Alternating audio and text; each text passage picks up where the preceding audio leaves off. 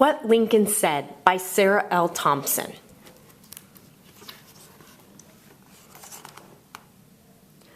The world seemed wider and fairer before me. That was how Abraham Lincoln remembered the day he earned his first dollar. A farm boy, Abe could plant and harvest, catch fish in the creek, split rails for fences, and he could build a boat.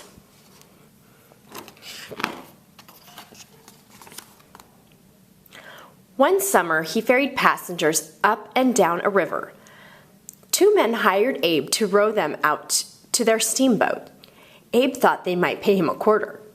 Then each tossed him a silver $50. I could scarcely believe my eyes, he said. By honest work, I had earned $1. What else could he do if he tried?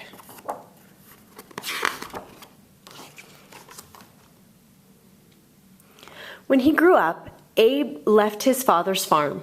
He worked on a riverboat, clerked in a store, marched as a soldier, but never fought a battle.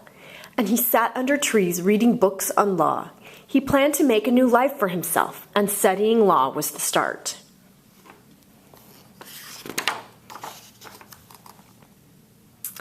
When Lincoln rode into the town of Springfield, everything he owned fit in 2 saddlebags. He didn't know a single person there. I am quite as lonesome here as I ever was in my life, he complained. But 6 months later, he was working as a lawyer. Nobody called him Abe anymore. They called him Lincoln or Mr. Lincoln. When people were accused of crimes or needed to settle arguments, Lincoln presented their cases to a judge. Nobody worked harder than he did. Leave nothing for tomorrow that can be done today, he advised.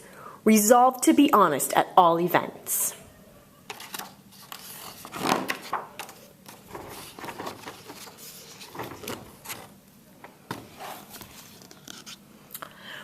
With a scar on his face and big ears that stuck out, Lincoln didn't win cases on his looks. He was so tall and skinny he seemed like a skeleton in clothes, but he knew how to make people laugh. When someone called him two-faced, he shot back, "If I had another face, do you think I would wear this one?"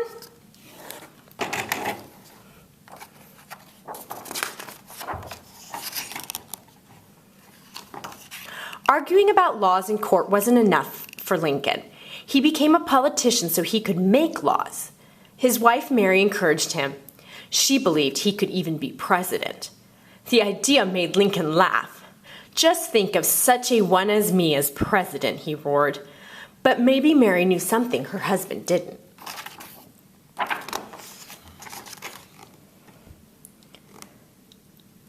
In Lincoln's time, there were about 4 million slaves in the United States. Slaves were human beings treated like animals, forced to work, bought and sold, chained, beaten.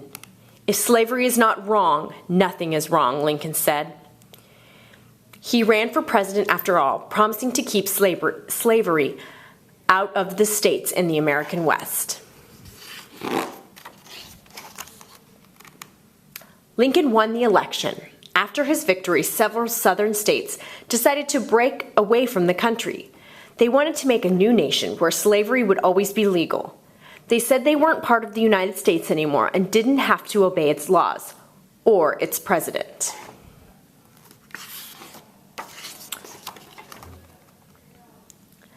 Lincoln said the southern states didn't have the right to leave. The United States was one country and would keep it that way.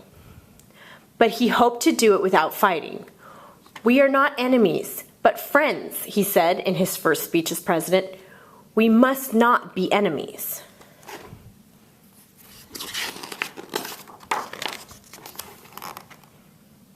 Lincoln couldn't stop the Civil War from breaking out. He hated the thought of soldiers killing and dying. "I cannot bear it," he said. "The suffering, the loss of life is dreadful." But he wouldn't back down. He was determined to keep the United States together.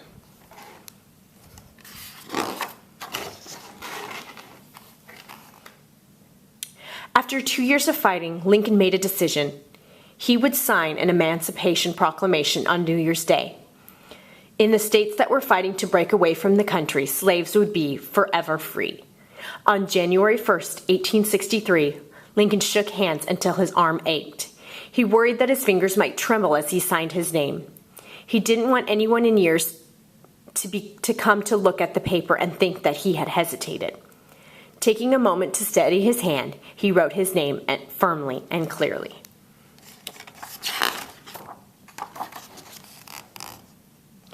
Lincoln knew one thing: nothing else that happened in the war, nothing else that happened while he was president, would be as important as this moment.